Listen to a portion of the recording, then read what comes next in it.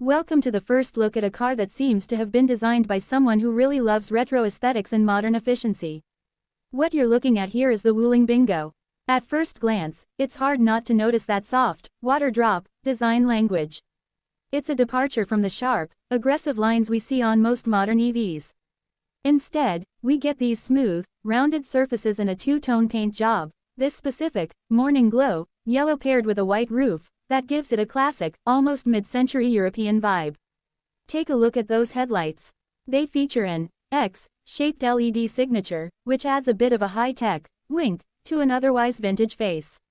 This three-quarters view really highlights the proportions of the car. It's a 5-door hatchback, but it keeps a very compact footprint, making it perfect for navigating tight city streets or fitting into those compact-only parking spots that usually feel like a trap. Notice the chrome trim running along the bottom and the window line. It adds just enough premium feel without being gaudy. It's a car that doesn't look like it's trying to beat you in a drag race. It looks like it wants to take you to a very nice cafe. As we move around the vehicle, keep an eye on how those curves flow into the side panels. It's all about aerodynamics, but done with a sense of style that feels more like a fashion accessory than a piece of heavy machinery. Face-to-face frontal view. Estimated duration, 2 minutes. Now we're looking the Bingo right in the eyes. From this direct frontal perspective, you can really see the closed-off grille design. Because this is a fully electric vehicle, there's no need for a massive radiator opening, which allows the front end to be this incredibly clean, continuous surface. It's almost sculptural. The placement of the headlights is key here. They sit high on the fenders, giving the car a friendly, wide-eyed expression. If cars had personalities, this one would definitely be the helpful neighbor. Below the main body line, you'll see the lower intake and a slim chrome strip that mirrors the curve of the bumper. This helps ground the car visually, making it look wider and more stable than its actual dimensions might suggest.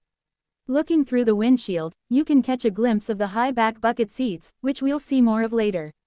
This view also highlights the simplicity of the design. There are no fake vents or unnecessary plastic cladding here. It's a less is more approach that's quite refreshing. It's a face that says, I'm efficient, I'm electric, and I'm not here to stress you out. It's the kind of car that makes traffic jams feel slightly less annoying just by being cute. The departure rear view. Estimated duration, 2 minutes. Spinning around to the back, the Bingo continues that theme of rounded symmetry. The tail lights are an almost exact mirror of the headlight shape, featuring that same X LED pattern.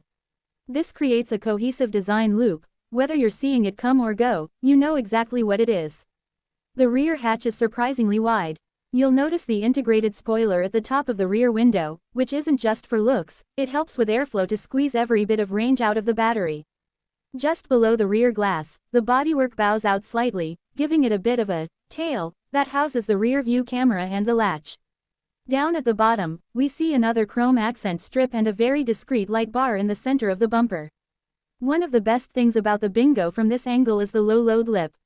For a city car, practicality is king, and it looks like sliding groceries or a suitcase into the back would be a breeze. It's a tidy, well-resolved rear end that avoids the boxy look of many other small EVs. It manages to look plump and sturdy, giving off a sense of safety and build quality. The profile side view. Estimated duration, 2 minutes. The side profile is where you can really appreciate the Bingo's architecture. Despite its small size, it's a full 4-door vehicle with a decent wheelbase. By pushing the wheels out to the corners, the designers maximize the interior space, which is a classic EV advantage. No engine up front means more room for humans inside. Check out those wheels. They feature a pedal-shaped cover design that blends black and silver, which not only looks great but likely helps reduce wind resistance. The charging port is located on the front driver's side fender, tucked away behind a clean circular flap. It's a convenient spot for most public charging stations. The blacked-out B-pillars and the way the white roof floats over the yellow body give the car a lower, sleeker silhouette. Also, notice the chrome strip running along the bottom of the doors. It ties back to the front and rear accents we saw earlier. The ground clearance looks perfectly tuned for urban life, high enough to handle a stray speed bump, but low enough to keep the center of gravity down for better handling. It's a very balanced look. It doesn't look top-heavy, and it doesn't look like a toy. It looks like a legitimate, grown-up car that just happens to be adorable. The command center. Estimated duration, 2 minutes. Finally, we step inside, and this is where the retrofuturism really hits its stride. The first thing that grabs you is the dual 10.25-inch screen setup. It looks like one continuous piece of glass stretching across the driver's side, handling everything from your speed and battery life to your navigation and music. But look at the dashboard itself. Instead of the hard, flat plastic you might expect in an affordable EV, you get these beautiful, rounded pods and oval shapes.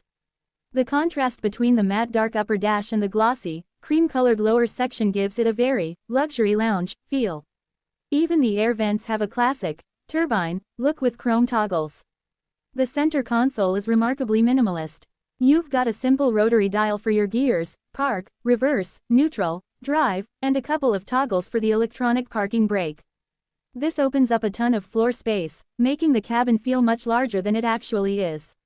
The seats have a perforated texture and a two-tone finish that looks way more expensive than it actually is. It's a clever mix of high-tech screens and old-school, tactile charm.